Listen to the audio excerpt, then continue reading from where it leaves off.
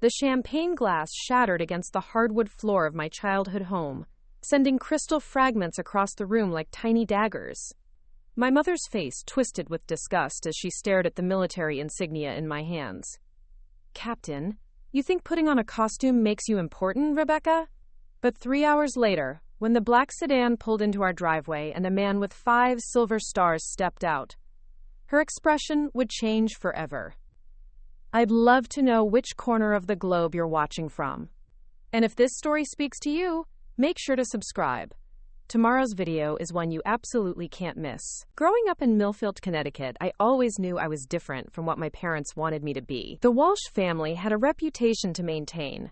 My father, Gregory Walsh, owned the largest insurance firm in town, and my mother, Patricia, served on every charity board that mattered. Their vision for me involved designer dresses, country club memberships, and a marriage to someone from their social circle. Instead, I spent my teenage years reading military history books and practicing combat drills in our backyard shed. While other girls my age were getting manicures and shopping for prom dresses, I was studying tactical maneuvers and memorizing the chain of command. My parents saw this as a rebellious phase that would eventually pass. "Rebecca Ann Walsh," my mother would say, using my full name like a weapon, "no daughter of mine is going to throw her life away playing soldier." She'd wave her perfectly manicured hand dismissively whenever I mentioned my plans for military service. "We didn't raise you to crawl through mud with a bunch of misfits." My father was more subtle in his disapproval, but equally firm. He'd corner me in his mahogany-paneled office, surrounded by his business awards and photographs with local politicians. "Sweetheart, you're intelligent and capable. Why waste those gifts in some godforsaken desert when you could be building something meaningful here?" I've already spoken to several law firms about internship opportunities. The breaking point came during my senior year of high school. I had secretly applied to West Point without telling them, spending months preparing for the entrance exams and physical fitness tests. When the acceptance letter arrived, I knew I had to face them with the truth.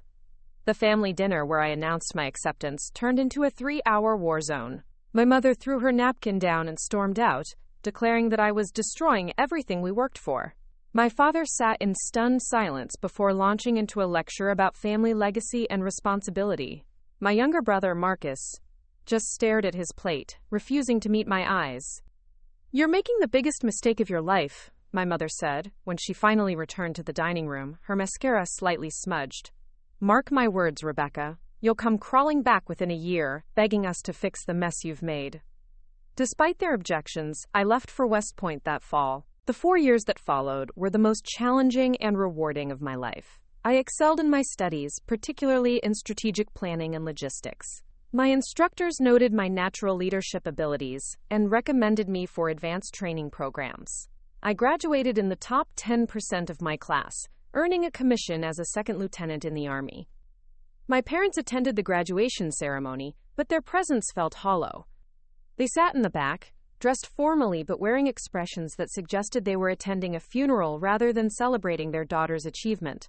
When I approached them afterward in my dress uniform, my mother barely glanced at my insignia. "Well, you did it," she said flatly. "I hope you're satisfied." My father shook my hand with the same enthusiasm he'd show a business acquaintance. "Congratulations, Lieutenant. We'll see you when you get home." But I wasn't coming home, at least not in the way they expected. My first assignment took me to Fort Bragg, North Carolina, where I joined the 82nd Airborne Division. The work was demanding, but exactly what I had trained for. I led a platoon of 30 soldiers, responsible for their training, welfare, and mission readiness. Over the next 8 years, I deployed 3 times, twice to Afghanistan, and once to Iraq. Each deployment taught me more about leadership, sacrifice, and the weight of responsibility. I watched young soldiers grow into seasoned warriors under my guidance. I made decisions that saved lives and learned from mistakes that cost precious time and resources. My parents' attitude remained unchanged throughout my military career. During my brief visits home, they treated my service like an extended camping trip. My mother would make comments about my tan from all that outdoor time, while my father would ask when I planned to get serious about my future. The few times I tried to share stories from my deployments, they'd change the subject or find excuses to leave the room. When I mentioned the commendations I received or the soldiers whose lives I'd helped save, their eyes would glaze over with disinterest. "That's nice, dear," my mother would say, already moving on to discuss neighborhood gossip or her latest charity fundraiser. The promotion to captain came after my third deployment. I had successfully led a complex logistics operation that supported multiple combat units across a challenging theater of operations. My commanding officer recommended me for early promotion, citing my exceptional leadership and strategic thinking. When I called home to share the news, my father answered the phone with his usual businesslike tone. "Rebecca, good to hear from you. How are things?" "Dad, I got promoted to captain. The ceremony is next week." There was a pause. "Captain? Well, that's good, I suppose. Your mother will be pleased to hear you're moving up in your hobby." That word stung more than any insult could have. 8 years of service, 3 combat deployments, and the lives of countless soldiers under my command, reduced to a hobby in his mind.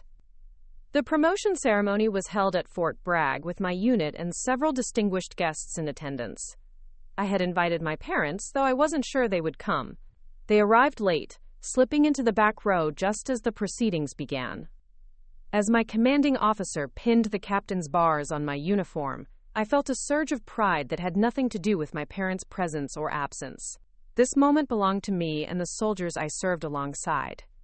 The applause from my fellow officers and enlisted personnel meant more than any approval I might have sought from home. After the ceremony, my parents approached with forced smiles that didn't reach their eyes. My mother looked at my new insignia like she was examining a child's art project, with polite disinterest. "So, Captain Walsh," she said, emphasizing the rank with a slight mocking tone, "does this mean you get a bigger tent now?" The comment was meant to diminish the significance of the moment, to reduce my achievement to something trivial and temporary. But standing there in my dress uniform, surrounded by the respect of my peers and the weight of real responsibility on my shoulders, her words felt smaller than ever before.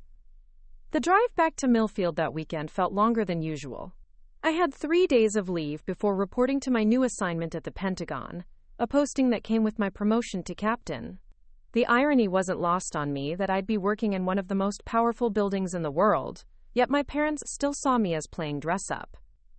My childhood bedroom remained exactly as I'd left it 8 years ago, frozen in time like a museum exhibit. Pink wallpaper, stuffed animals on the bed, and a vanity table covered with makeup I'd never worn. My mother had preserved it as if expecting me to abandon my military career and return to being her vision of a proper daughter. That Friday evening, my parents hosted their monthly dinner party, a tradition they'd maintained for over 2 decades. The guest list never varied. The Hendersons from next door, Judge Morrison and his wife, Dr. Elizabeth Crane, who ran the local medical practice, and the Blackwood family, who owned half the commercial real estate in town. I sat at the dining room table in civilian clothes, a stranger in my own home. The conversation flowed around me like water around a stone. Discussions of property values, upcoming charity galas, and whose children were making appropriate life choices. "Patricia, you must be so relieved that Rebecca is finally getting this military phase out of her system," Mrs. Henderson said, cutting into her prime rib. "I remember when she was younger always talking about wanting to be a soldier. Such an unusual ambition for a girl." My mother smiled tightly. "Well, she's always been headstrong, but I'm confident she'll come to her senses soon. There are still plenty of opportunities for her here in town." Judge Morrison leaned forward, his wine glass catching the chandelier light. "The military can be good for young people, teaches discipline, responsibility. Though I imagine it's quite different for women, less demanding, I would assume." The comment hit like a slap across the face. Less demanding. I thought about the 120-pound rucksack marches, the sleepless nights coordinating supply convoys under enemy fire, the weight of making decisions that affected dozens of lives in split seconds. "Actually, Judge Morrison," I said carefully, "the standards are the same regardless of gender. We all complete the same training, carry the same equipment, and face the same challenges." Dr. Crane nodded approvingly. "That's wonderful, dear. Though I'm curious, what exactly do you do? I mean, in practical terms. Your mother mentioned something about being promoted. But we're not really familiar with military ranks. Before I could answer, my father jumped in. Rebecca was just promoted to captain. It's quite an achievement, apparently. His tone suggested he was reading from a script, delivering lines he didn't fully understand or believe. Captain, Mr. Blackwood repeated thoughtfully. Like a ship captain? Do you work with boats? My mother laughed. A sound like breaking glass. Oh no, Richard. It's more like... Well, I'm not entirely sure what it means either. Some sort of supervisory position, I think. Rebecca tries to explain it to us, but it all sounds rather complicated. The dismissal in her voice was absolute. 8 years of service, 3 combat deployments, responsibility for the lives and welfare of dozens of soldiers, reduced to some sort of supervisory position that was too complicated for her to understand. Mrs. Henderson turned to me with the kind of smile adults give children when they're pretending to take them seriously. Well, I'm sure it's very important work, dear. Though I do hope you're thinking about settling down soon. You're not getting any younger, and military life must make it difficult to meet the right kind of man. The right kind of man? I repeated. A lot of love and effort went into bringing this story to life. If you're enjoying it, we'd be so grateful if you'd subscribe to our channel. Now, back to where we left off. You know what she means, Judge Morrison added. Someone stable, professional, a lawyer, perhaps, or a doctor, someone who can provide security and respectability. The conversation continued around me, but I had stopped participating. These people, my parents' closest friends, the pillars of Millfield society, saw my military service as an extended rebellious phase. Something I would eventually outgrow, like a teenage obsession with punk rock or vegetarianism. After dinner, I retreated to the back porch where I used to practice drill movements as a teenager. The night air was cool against my skin, and I could hear the distant sound of traffic on the interstate. People going somewhere, moving forward with their lives. My father found me there an hour later, carrying 2 glasses of scotch. He handed me one and sat in the wicker chair beside me, the same chair where he used to read bedtime stories when I was small. You know your mother means well, he said after a long silence. She's just worried about you. We both are. Worried about what exactly? He swirled his scotch, watching the amber liquid catch the porch light. About what happens next. You can't do this forever, Rebecca. Military service is fine for a few years, but you need to think about your future. Real stability, a family, a life that makes sense. My life makes perfect sense to me, Dad. Does it? Really? He turned to face me, and for a moment I saw genuine concern in his eyes. You're 30 years old, Rebecca. You live in barracks or military housing. You own almost nothing except uniforms and books. You've never had a serious relationship that lasted more than a few months. Is that really the life you want? His words stung because they contained threads of truth. My personal life had always taken a backseat to my career. The demands of military service, the frequent relocations, the unpredictable schedule, they had made lasting relationships difficult. I have a purpose, Dad. I lead soldiers, I make decisions that matter, I serve something bigger than myself. But at what cost? He leaned forward, his voice dropping to barely above a whisper. Your mother and I, we've built something here. We have friends, influence, security. We could help you build the same thing. There's still time. The offer hung in the air between us like smoke. I could see the future he was describing. A corner office in his insurance firm, a house in the right neighborhood, marriage to someone from their social circle, children who would carry on the family name and expectations. It was a perfectly respectable life, safe, predictable, everything I had spent the last 8 years running from. I appreciate what you're offering, Dad. I really do. But that's not who I am anymore. Maybe it never was. He nodded slowly, disappointment flickering across his features. Well, the offer stands. When you get tired of playing soldier, there's a place for you here. Playing soldier. The phrase echoed in my mind long after he went back inside. Even my father, who had shown moments of understanding over the years, ultimately saw my career as an elaborate game. Saturday morning brought unexpected news. My phone rang at 0600 Nashers early, even by military standards. The caller ID showed my commanding officer's number. Captain Walsh, I'm sorry to disturb your leave, but something has come up. General Martinez needs to speak with you urgently. General Carlos Martinez was a legend in military circles. A five-star general who had commanded forces in 3 major conflicts and now served as chairman of the Joint Chiefs of Staff. I had never met him personally, though I had studied his tactical innovations during my time at West Point. Sir, is there a problem with my Pentagon assignment? Quite the opposite, Captain. The general wants to discuss a special assignment.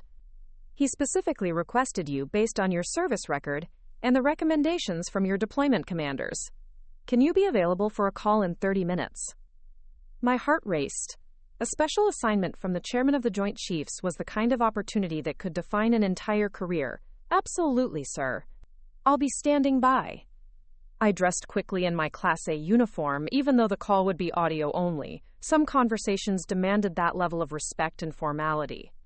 When the call came through, General Martinez's voice was exactly what I expected. Calm, authoritative, with the kind of presence that commanded attention even through a phone line. Captain Walsh, I've been reviewing your file. Your performance in Afghanistan and Iraq has been exemplary, particularly your logistics coordination during Operation Mountain Resolve. Your commanding officers speak very highly of your leadership abilities and strategic thinking. Thank you, sir. It's been an honor to serve. The honor is mine, Captain. I'm calling because I have a proposition for you. Are you familiar with the Joint Special Operations Task Force? The Joint Special Operations Task Force. I had heard whispers about it during my deployments. An elite unit that handled the military's most sensitive and complex missions. Getting selected for such an assignment was the kind of career milestone that happened to maybe 1% of officers. I'm familiar with the reputation, sir, though I don't have detailed knowledge of their operations. That's by design, Captain. What I can tell you is that we need someone with your particular skill set for a mission that could have significant strategic implications. Your experience coordinating complex logistics operations under hostile conditions, combined with your language skills and cultural knowledge, makes you an ideal candidate. I had minored in Middle Eastern studies at West Point and had become fluent in Arabic and Farsi during my deployments. Those skills had proven invaluable in building relationships with local commanders and understanding regional dynamics. The mission would require immediate deployment, General Martinez continued. I know you're scheduled to report to the Pentagon, but this takes priority. I need your answer within 48 hours. The weight of the moment settled over me like a heavy blanket. This was the kind of opportunity that could reshape my entire career trajectory. Sir, may I ask what the timeline would be for this assignment? Classified details will be provided if you accept, but I can tell you it's a long-term commitment. Minimum 2 years, possibly longer depending on mission success. You'd be working directly with foreign military leaders and government officials. The work would be challenging, dangerous, and absolutely critical to national security. After the call ended, I sat in my childhood bedroom staring at my reflection in the vanity mirror. The girl who had once played with makeup and worried about prom dates was gone, replaced by a woman who was being considered for one of the military's most elite assignments.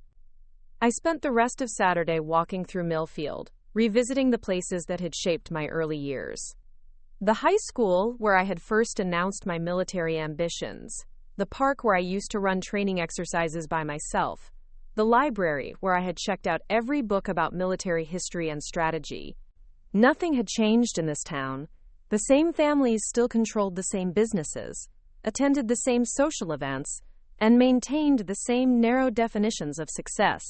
It was a comfortable, predictable world that suddenly felt impossibly small. That evening, my parents announced they were hosting an impromptu gathering, a celebration of my promotion that they had arranged without consulting me.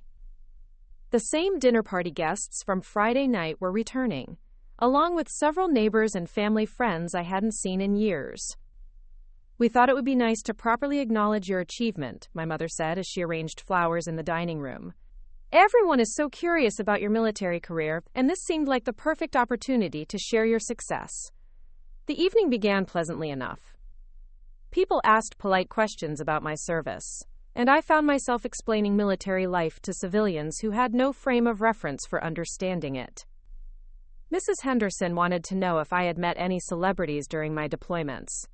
Dr. Crane asked about medical facilities on military bases.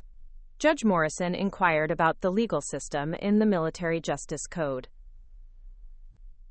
Their questions, while well-intentioned, revealed the vast gulf between their understanding and my reality. They approached my military service like tourists examining artifacts in a museum, interested, but fundamentally disconnected from the actual experience. "Tell us about the promotion ceremony," Mrs. Blackwood requested. "Your mother mentioned it was quite elaborate." I described the simple but meaningful ceremony at Fort Bragg, the respect shown by my fellow officers, and the weight of increased responsibility that came with the new rank. As I spoke, I watched my parents' faces, hoping to see some glimmer of understanding or pride. Instead, I saw polite attention mixed with barely concealed impatience. My mother kept glancing toward the kitchen, clearly thinking about dessert service. My father checked his watch twice during my explanation. "That sounds lovely, dear," my mother interrupted when I paused. "Now, who wants coffee with their cake?" The dismissal was casual but complete. My promotion ceremony, one of the most significant moments of my professional life, had been reduced to small talk that could be easily discarded in favor of dessert. Later that evening, after the guests had gone home and my parents had retreated to their bedroom, I sat in my father's study making the most important decision of my career. The room was lined with his business achievements, framed insurance industry awards, photographs with local politicians, plaques commemorating his charitable contributions. These were the markers of success in his world, visible, quantifiable achievements that impressed other people in his social circle. My military service didn't translate into this environment because it couldn't be displayed on a wall or mentioned at cocktail parties without lengthy explanations. I picked up my phone and dialed General Martinez's direct number. It rang 3 times before his familiar voice answered. "Captain Walsh, I wasn't expecting to hear from you so soon. Sir, I've made my decision. I accept the assignment." There was a pause. "I'm pleased to hear that, Captain. But are you certain? This is not a decision to make lightly. The assignment will be demanding, and the personal sacrifices will be significant." I looked around my father's study, at the life they had built for themselves, through careful cultivation of the right relationships and maintenance of social expectations. It was a good life by any reasonable measure, but it wasn't mine. "I'm certain, sir, this is exactly the kind of challenge I joined the military to face." "Outstanding. Report to Andrews Air Force Base Monday morning at 0800. A car will pick you up at 0700. Bring only essential personal items. Everything else will be provided. And, Captain?" "Yes, sir?" "What you'll be doing matters. Really matters. I want you to remember that when things get difficult." Sunday morning brought an unexpected visitor. I was packing my few belongings when the doorbell rang. My mother answered it, and I heard her gasp of surprise from upstairs. Gregory, come quickly." I looked out my bedroom window and saw a black sedan in the driveway with government plates. A tall man in dress blues was standing at our front door, his uniform displaying more ribbons and decorations than I had ever seen in one place. My parents' voices carried up the stairs, my mother's high-pitched with excitement, my father's deeper and confused. I heard the man ask for me by name and rank, his voice carrying the authority of someone accustomed to being obeyed without question. I changed quickly into my dress uniform and walked downstairs, my heart pounding with a mixture of anticipation and dread. Whatever was happening, I knew it would change everything. The man standing in our foyer was unmistakably General Martinez himself. 5 silver stars gleamed on his shoulders, and his chest was covered with ribbons representing decades of distinguished service. He was shorter than I had imagined, but carried himself with the kind of presence that made the room feel smaller. My parents stood frozen beside him, their faces reflecting a mixture of awe and confusion.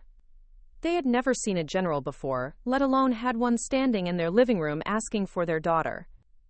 "Captain Walsh," General Martinez said, extending his hand, "I was in the area and wanted to speak with you in person before tomorrow's departure." I snapped to attention and saluted. "General Martinez, sir, it's an honor to meet you." He returned the salute with crisp precision, then smiled warmly. "The honor is mine, Captain. Your reputation precedes you." My parents watched this exchange with growing bewilderment. The formal military protocol, the obvious respect shown by this highly decorated officer, the mention of a departure, none of it fit with their understanding of my military career as an extended phase one would eventually outgrow. General Martinez, my father managed to say, his voice slightly strained. We weren't expecting, that is, Rebecca didn't mention. Please, don't let me interrupt your family time, the general said graciously. I only need a few minutes with Captain Walsh to discuss some final details. My mother had gone completely silent, her eyes fixed on the general's uniform with the kind of intense focus she usually reserved for appraising jewelry. The 5 stars on his shoulder seemed to catch every light in the room, impossible to ignore or misinterpret. Perhaps we could speak in the study? I suggested, trying to give my parents a moment to process what was happening. Actually, I'd prefer if your parents could join us, General Martinez said. What I have to discuss affects the entire family, and I believe they should hear it directly from me. We moved into the living room, my parents settling onto their pristine white sofa with the careful movements of people trying not to make noise. General Martinez took the armchair my father usually occupied, his presence instantly transforming the familiar space into something that felt official and important. Mr. and Mrs. Walsh, I wanted to personally thank you for raising such an exceptional officer, he began. Your daughter has distinguished herself in ways that most people will never fully understand or appreciate. My father cleared his throat. Well, we're proud of her, of course, though we have to admit we don't really understand much about military life. That's perfectly understandable. The military operates in a world that's largely invisible to civilian society. Most people never see the complexity, the responsibility, or the level of expertise required to succeed at your daughter's level. General Martinez turned toward me. Captain Walsh, have you explained to your parents the nature of your previous assignments? Some details, sir, though much of it was classified. With your permission, I'd like to share some information that's now declassified. He looked back at my parents. During her last deployment to Afghanistan, Captain Walsh coordinated a logistics operation that kept 15 forward operating bases supplied across a region larger than the state of Connecticut. She managed supply chains involving everything from ammunition to medical supplies to fresh water for over 3,000 personnel. My mother's eyes widened slightly, but she remained silent. More significantly, the general continued, she identified and prevented 3 separate attempts to compromise our supply lines. Her intelligence work and strategic thinking likely saved dozens of American lives. My father leaned forward. Intelligence work? Captain Walsh speaks fluent Arabic and Farsi. She developed relationships with local tribal leaders and government officials that provided crucial information about enemy movements and intentions. Her cultural knowledge and communication skills made her invaluable in negotiating agreements that protected our forces and advanced American interests in the region. I had never shared these details with my parents. The classified nature of much of my work had made it easier to let them maintain their simplified understanding of my military service. Now, hearing it described by General Martinez, I realized how little they truly knew about what I had been doing for the past 8 years. The mission I'm offering your daughter, he continued, is a reflection of her exceptional capabilities. She's been selected for a joint task force that handles our nation's most sensitive and critical operations. The selection process is rigorous. Out of thousands of qualified officers, fewer than 50 are chosen each year. My mother found her voice. Dangerous operations? General Martinez nodded gravely. I won't lie to you, Mrs. Walsh, there are risks involved. But your daughter has already proven herself in dangerous situations. Her record shows consistent, excellent judgment under pressure and an ability to lead others through complex challenges. He reached into his briefcase and pulled out a folder. These are some of the commendations Captain Walsh has received during her service. I thought you might like to see them. He handed the folder to my father, who opened it with trembling hands.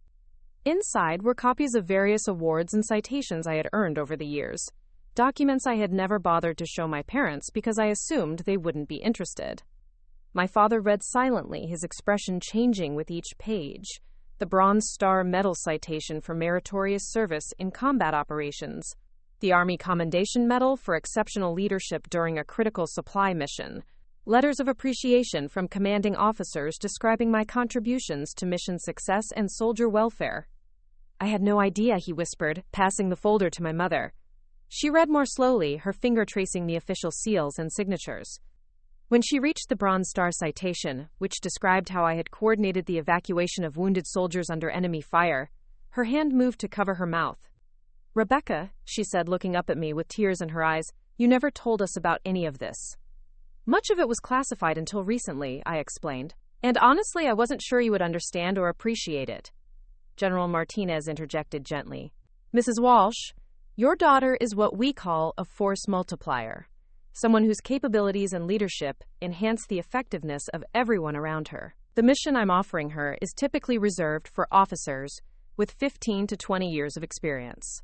At 8 years of service, she's the youngest officer ever selected for this particular assignment. The room fell silent except for the ticking of my mother's antique mantel clock. My parents sat absorbing this information, trying to reconcile the woman they thought they knew with the decorated officer being described by one of the military's highest-ranking leaders. What exactly will she be doing? My father asked. I can't provide specific details for security reasons, but I can tell you that she'll be working directly with foreign military leaders and government officials to advance American strategic interests. Her role will involve high-level diplomatic and military coordination in regions where American influence is critical to global stability. My mother set the folder down carefully, as if it were made of fragile glass. All these years we thought we didn't understand what she was really doing. Most civilian families don't, General Martinez said kindly. The military deliberately maintains operational security, which means families often don't know the full scope of their loved one's service. What I can tell you is that your daughter represents the very best of what the American military has to offer. He stood up, and we all followed suit. Captain Walsh, I'll see you tomorrow morning. Your country is fortunate to have officers of your caliber. He shook hands with my parents, then turned back to me. Captain, your parents should be extremely proud. What you've accomplished in 8 years would be impressive in a 20-year career. After he left, the three of us stood in the living room in stunned silence. The folder of commendations lay open on the coffee table, its contents now carrying weight they had never possessed before. When a 5-star general personally delivers praise for your achievements, it's difficult to dismiss them as unimportant. My father was the first to speak. Rebecca, I owe you an apology. We both do. We had no idea what you were really doing, what you had accomplished. My mother picked up one of the citations again, reading it more carefully. It says here that you saved the lives of 12 wounded soldiers. 12 people are alive because of decisions you made. It was my job, Mom. It's what any officer would have done. No, my father said firmly. It's what an exceptional officer would have done. The general made that very clear. They began asking questions then. Real questions about my deployments, my responsibilities, the soldiers I had led. For the first time in 8 years, they seemed genuinely interested in understanding my military career, rather than dismissing it or waiting for me to outgrow it. I found myself describing firefights and convoy operations, explaining tactical decisions and logistical challenges, sharing stories about the soldiers under my command and the bonds forged in difficult circumstances. My parents listened with the kind of attention they had never shown before, occasionally asking for clarification or expressing amazement at the scope of responsibilities I had carried. The next morning arrived with a crispness that felt like a new beginning. I stood in my childhood bedroom for the last time, looking around at the pink wallpaper and teenage decorations that had remained unchanged for 8 years. My duffel bag sat by the door, packed with the few essential items I would need for my new assignment. My parents were already awake when I came downstairs, both dressed despite the early hour. My mother had prepared breakfast, not the usual quick coffee and toast routine, but a full spread with eggs, bacon, and fresh orange juice. It felt ceremonial, like a send-off worthy of the occasion. I wanted to make sure you had a proper meal before leaving, she said, her voice carrying a tenderness I hadn't heard in years. I know military food isn't always, well, I imagine it's not like home cooking. My father sat at the head of the table reading the newspaper, but I could tell his attention wasn't on the headlines. He kept glancing at me over the paper, as if seeing me clearly for the first time. "Rebecca," he said, folding the newspaper and setting it aside. "Your mother and I talked after you went to bed last night. We need to say some things before you leave." I sat down, suddenly nervous. The previous evening had been a revelation for all of us, but I wasn't sure what the morning would bring. "We were wrong," my mother said simply. "Not just about your career, but about what we expected from you. We tried to force you into a mold that was never right for you, and then we resented you for not fitting." My father nodded. "I spent years thinking you were throwing your life away, when actually you were building something remarkable. Something I didn't have the wisdom or perspective to understand." These admissions carried weight because they came without prompting or expectation of forgiveness. They were simply acknowledgments of truth that needed to be spoken. "When General Martinez described your service record," my mother continued, "I realized that we had been living with a decorated war hero and treating her like a rebellious teenager. The disconnect is, well, it's embarrassing." I reached across the table and took her hand. "You couldn't have known. I never shared the details because I thought you wouldn't care." "But we should have cared enough to ask better questions," my father said. "We should have made an effort to understand what you were doing, instead of dismissing it as a phase." The conversation that followed felt like the beginning of an adult relationship between us. They asked about my new assignment, and I explained what I could about the Joint Special Operations Task Force and its mission. They wanted to know about the risks, the timeline, and what it meant for my future career. For the first time, they seemed to understand that my military service wasn't something I was doing until I figured out my real life. It was my real life, and it was extraordinary. "Will we be able to contact you while you're on this assignment?" my mother asked. "Communication will be limited for security reasons, but yes, I'll be able to call or email periodically, though I won't be able to share operational details." My father stood up and walked to his study, returning with a small wrapped package. "We wanted to give you something before you left. It's not much, but it seemed appropriate." Inside was a leather-bound journal with my initials embossed on the cover in gold lettering. The pages were blank, waiting to be filled with whatever experiences lay ahead. "For documenting your adventures," my mother explained, "the ones you can write about anyway. We realize that we don't know nearly enough about your life, and we'd like that to change." At 0630, a black sedan pulled into the driveway, the same government plates and official bearing as General Martinez's vehicle, but this time carrying a driver who would take me to Andrews Air Force Base and my new assignment.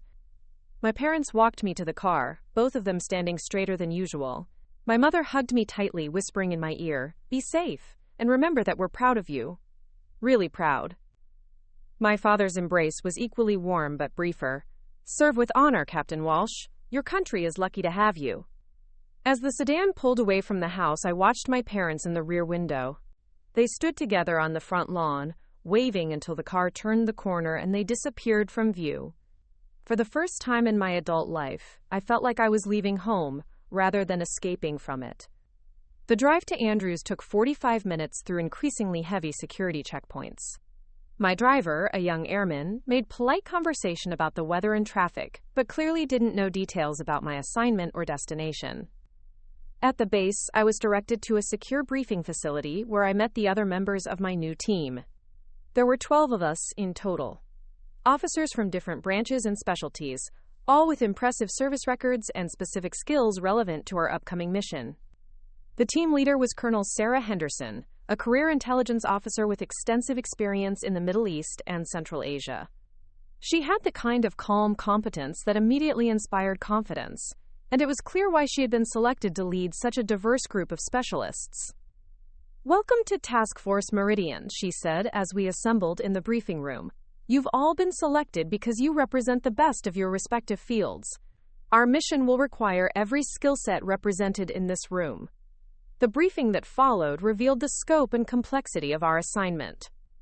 We would be embedded with Allied forces in a strategically critical region, working to strengthen military partnerships and coordinate intelligence operations that could prevent a significant regional conflict. My role would involve liaison work with local commanders and government officials, using my language skills and cultural knowledge to build relationships and gather intelligence. It was exactly the kind of challenging, high-stakes work I had hoped for when I first decided to join the military. After the briefing, we had individual meetings with Colonel Henderson to discuss our specific responsibilities and expectations. When my turn came, she reviewed my service record with obvious approval. "Captain Walsh, General Martinez spoke very highly of your capabilities. Your experience coordinating complex logistics operations and your cultural expertise make you invaluable to this mission. Are you ready for this level of responsibility?" "Yes, ma'am, absolutely." "Good, because the decisions you make over the next 2 years could have implications for American foreign policy for decades to come. The relationships you build, the intelligence you gather, the trust you establish, all of it matters on a strategic level." That evening, as I settled into my temporary quarters at Andrews, I opened the journal my parents had given me and wrote my first entry. Today marks the beginning of something new, not just a new assignment, but a new relationship with my family and a deeper understanding of my own capabilities. For 8 years, I've been proving myself to everyone except the people who mattered most to me. Yesterday, that changed. Noction Gershio, General Martinez's visit didn't just reveal my service record to my parents. It revealed to me how much their opinion still mattered, even when I thought I had moved beyond needing their approval. Having their understanding and support doesn't change who I am or what I've accomplished, but it completes something that was missing. Tomorrow, I will deploy on the most important assignment of my career. I'm ready for the challenges ahead, confident in my abilities, and for the first time in my adult life, I feel like I have my family's complete support. The girl who used to practice drill movements in their backyard has finally become the woman she always knew she could be. The next morning, I boarded a military transport plane bound for a classified destination, carrying with me not just the weight of a critical mission, but the knowledge that I was finally seen and understood by the people who had raised me. The journey that began with their mockery of my promotion had transformed into their recognition of what that promotion actually represented. Not just a new rank, but validation of a path that had always been right for me, even when no one else could see it. "Woman who used to practice drill movements in our backyard," my mother said eventually. "She knew something we didn't she?" I nodded. I knew this was who I was meant to be. I just needed the chance to prove it. As evening fell, we ordered pizza and continued talking. The formal dinner parties and carefully orchestrated social events that had defined our family interactions gave way to honest conversation about duty, service, and the meaning of a life well lived. The transport plane touched down at Ramstein Air Base in Germany 18 hours after leaving Andrews. From there, our team transferred to a smaller military aircraft that would take us to our final destination, a joint operations base in an undisclosed location that served as headquarters for American and Allied forces in the region. The landscape below was harsh and unforgiving, all desert sand and rocky outcroppings under a blazing sun. As we descended, I could see the sprawling military compound that would become my home for the next 2 years. Rows of prefabricated buildings, communications towers, and the organized chaos of a major forward operating base. Colonel Henderson gathered us together as we disembarked. "Welcome to Forward Operating Base Phoenix. This installation houses approximately 4,000 personnel from 6 different nations. Our task force will be operating from the classified section of the base, but you'll interact daily with regular military units and civilian contractors." The next 72 hours were a whirlwind of briefings, security clearances, and orientation sessions. I learned about the political situation in the region, the key players we would be working with, and the specific objectives our task force had been assigned to accomplish.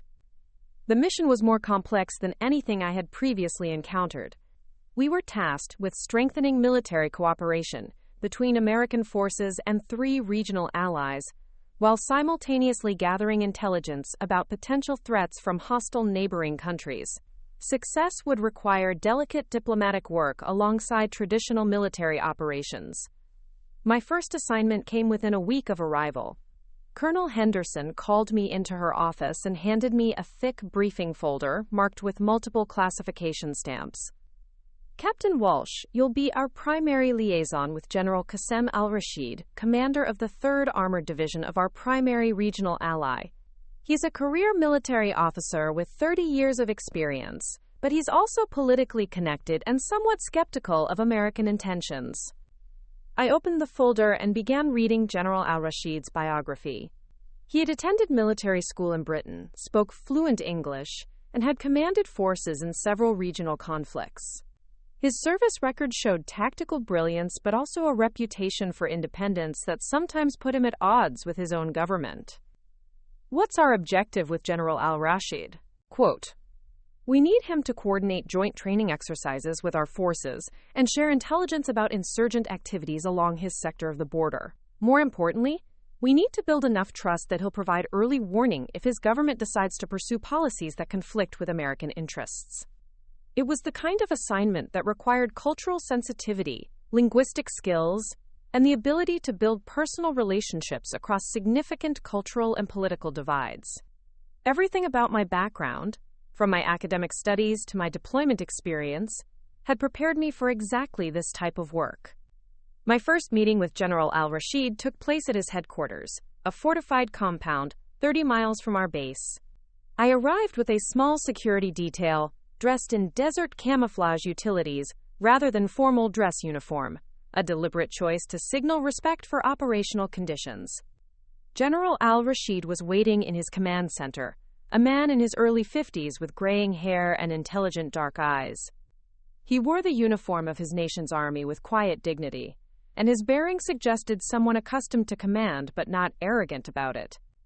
Captain Walsh, he said in accented but perfect English, extending his hand, I understand you speak Arabic. Yes, sir, I replied, switching to Arabic. It would be an honor to work with you in whatever language you prefer.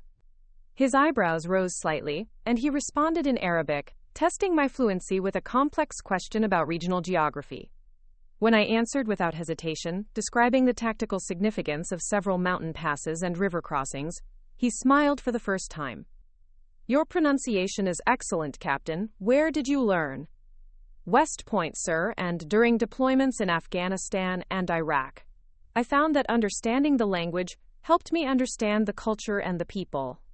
We spent the next 2 hours discussing military tactics, regional politics, and the challenges of maintaining stability in an area where tribal loyalties often superseded national boundaries. General al-Rashid was clearly testing my knowledge and judgment, but he did so with the courtesy of a professional soldier evaluating a colleague.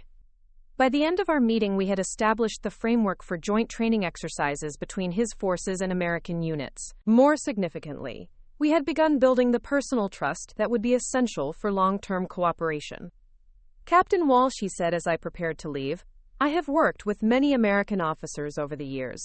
Most of them see this region as a problem to be solved rather than a place where people live and work and raise their families. You seem different. How so, sir? You ask questions about our customs and concerns rather than simply explaining American policy. That suggests wisdom. Over the following weeks, I found myself spending increasing amounts of time at General al-Rashid's headquarters, working on operational planning and intelligence coordination. The joint training exercises we organized were successful, demonstrating interoperability between American and Allied forces, while building relationships at multiple levels of command. More importantly, General al-Rashid began sharing intelligence about insurgent movements and political developments that proved invaluable to our broader mission. The information he provided allowed American forces to prevent 3 separate attacks on supply convoys and identified a network of weapons smugglers operating across international borders. During one particularly productive intelligence session, General al-Rashid paused in the middle of reviewing surveillance reports and looked at me thoughtfully. Captain, may I ask you something personal? Of course, sir. You are young for such responsibility, and you are a woman in a region where that creates additional challenges. Yet you command respect from my officers and handle complex negotiations with remarkable skill. How did you develop such capabilities? I thought about his question carefully before answering. I think it comes from understanding that military service is about more than following orders or demonstrating tactical competence. It's about building trust with people whose lives depend on your decisions. He nodded approvingly. That is the mark of a true leader. Regardless of nationality or gender, your parents must be very proud. The comment brought back memories of my last morning in Millfield, of my parents' transformation from dismissive skepticism to genuine understanding and pride. They are now, sir. It took some time for them to understand what military service really means. That is common. Most civilian families struggle to comprehend the complexity and importance of what we do. They see uniforms and ceremonies, but not the daily decisions that affect thousands of lives. As our working relationship deepened, General al-Rashid began including me in strategic planning sessions with his senior staff. These meetings provided insights into regional political dynamics that couldn't be obtained through traditional intelligence channels. During one session, he revealed concerns about potential changes in his government's foreign policy that could affect American interests in the region. The information was sensitive enough to require immediate reporting to Colonel Henderson and ultimately to General Martinez in Washington.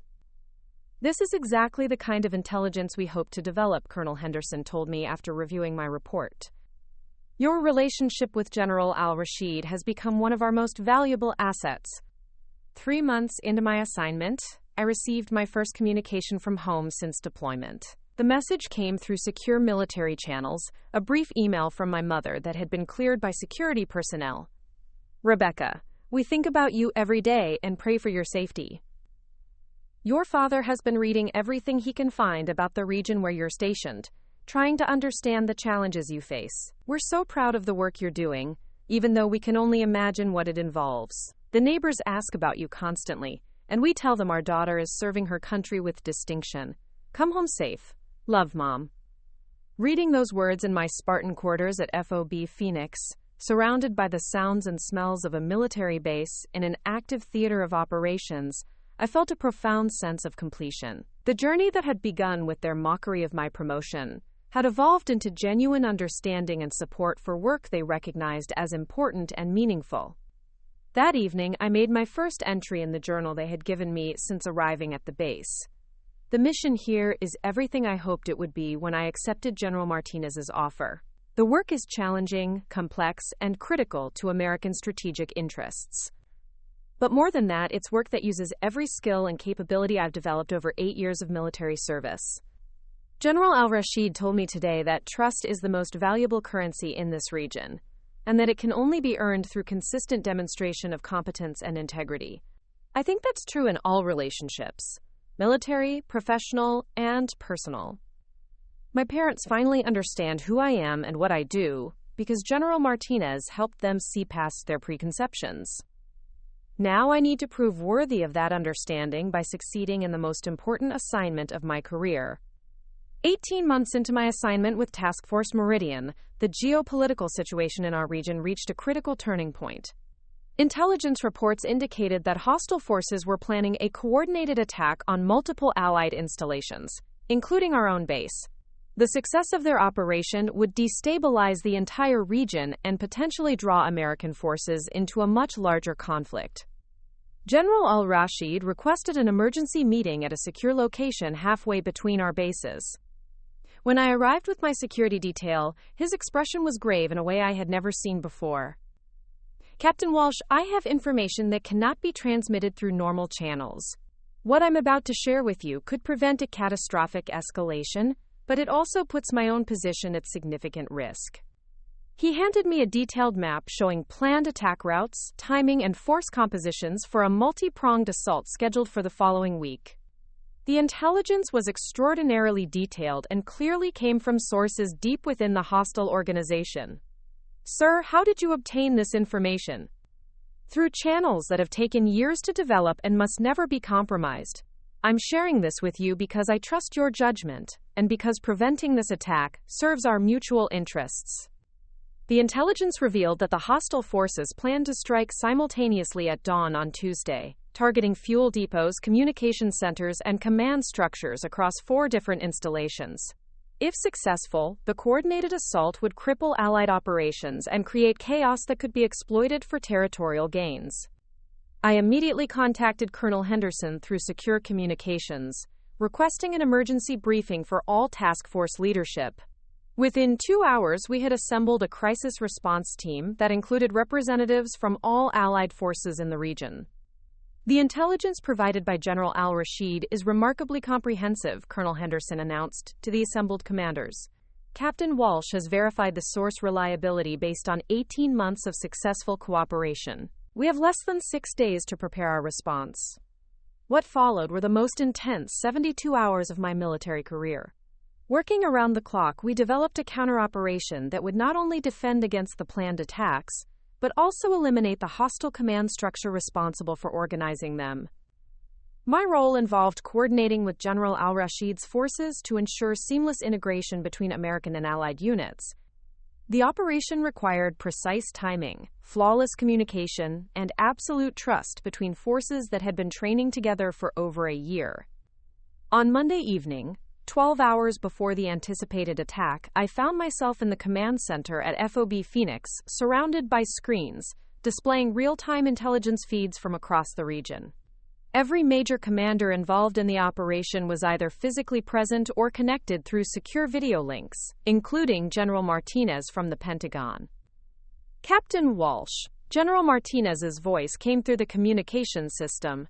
General al-Rashid has specifically requested that you serve as primary liaison during tomorrow's operation. He believes your relationship and cultural understanding are essential for success. The responsibility was enormous. Success would prevent a regional conflict and demonstrate the effectiveness of American-Allied cooperation. Failure could result in casualties, strategic setbacks, and the collapse of partnerships that had taken years to build. At 0400 on Tuesday morning, Allied forces moved into position across the region. I was stationed at General al-Rashid's command post, serving as the direct communication link between his forces and all American units. As dawn approached, we monitored enemy communications and movement patterns, waiting for confirmation that the hostile forces were proceeding with their planned assault. At 0547, reconnaissance units reported enemy forces moving toward their primary targets. The attack was beginning exactly as General al-Rashid's intelligence had predicted.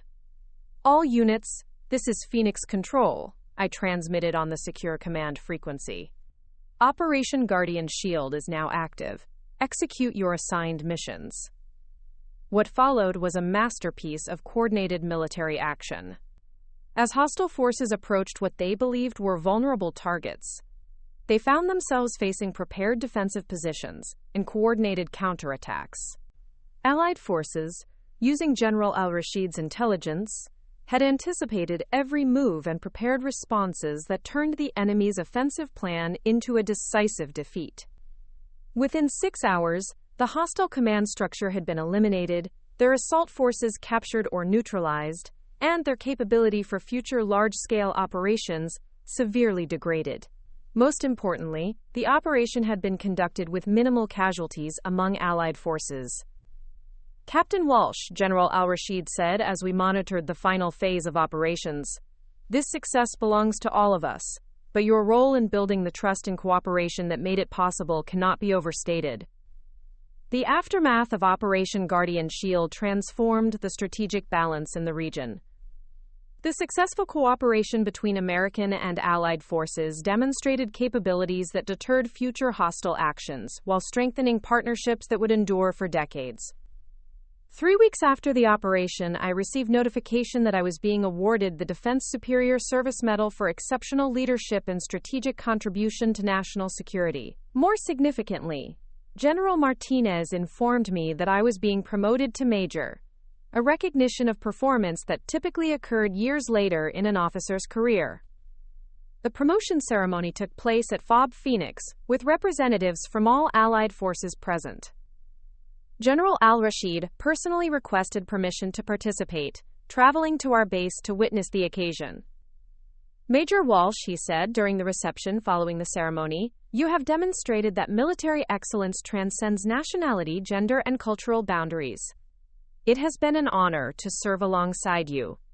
As my 2-year assignment neared its end, I reflected on the journey that had brought me to this point. The young woman who had left her parents' house 18 months earlier, carrying their newly found understanding and support, had become a field-grade officer with a proven record of strategic impact.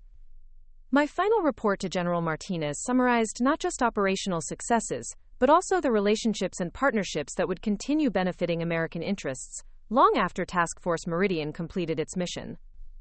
The flight home took me through the same route I had traveled outbound Germany to Andrews Air Force Base, to a commercial connection to Hartford. But everything had changed.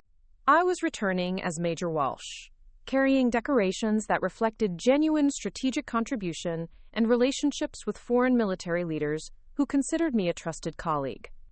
My parents were waiting at the airport, and I could see the transformation in their faces as I walked through the terminal in my dress blue uniform with new rank insignia and ribbons. They no longer saw a daughter playing soldier. They saw a decorated military officer whose service had tangible strategic value. "Major Walsh," my father said with obvious pride as he embraced me. "Welcome home." "We've been following news reports about the region where you were stationed," my mother added. "The newspapers mentioned successful cooperation between American and Allied forces. Were you part of that?" "I was, Mom. We accomplished everything we set out to do, and more." That evening, sitting in the same living room where General Martinez had first revealed the scope of my service record, I shared what I could about my experiences with Task Force Meridian. My parents listened with the kind of engaged attention that reflected genuine respect for my professional expertise. "Rebecca," my mother said as the evening wound down, "I need to ask you something. Do you remember when you were 16 and announced that you wanted to be a soldier? You said it wasn't about proving anything to us. It was about becoming who you were meant to be." I nodded. "I think I understand now what you meant. This isn't about career advancement or external recognition. This is about using your capabilities to make a difference in the world." "That's exactly right, Mom." My father raised his glass of wine in a toast. "To Major Rebecca Walsh, our daughter, who found her calling and pursued it with honor." As I prepared for my next assignment, a senior staff position at the Pentagon, where I would help shape policy based on lessons learned from operations like Guardian Shield, I realized that the journey from captain to major had been about more than military advancement. It had been about proving to myself, my family, and my colleagues that excellence in service requires not just technical competence, but also the wisdom to build relationships, the courage to take on complex challenges, and the integrity to earn trust across cultural and political boundaries. The girl who once practiced drill movements in her parents' backyard had indeed become who she was meant to be, not despite their initial skepticism, but ultimately with their complete understanding and unwavering support. The champagne glass that had shattered on their living room floor seemed like a lifetime ago. Now, when my mother looked at my uniform, she saw not a costume but the visible symbol of a calling fulfilled and a life of meaningful service to something greater than oneself. And in that recognition, both she and I had finally found the respect and understanding that had been missing for so many years. Looking for more? We've got 2 amazing stories ready for you right on screen. If this one touched you, these are absolutely worth your time. Click to watch them now. And hey, subscribe and hit that bell to never miss our latest uploads.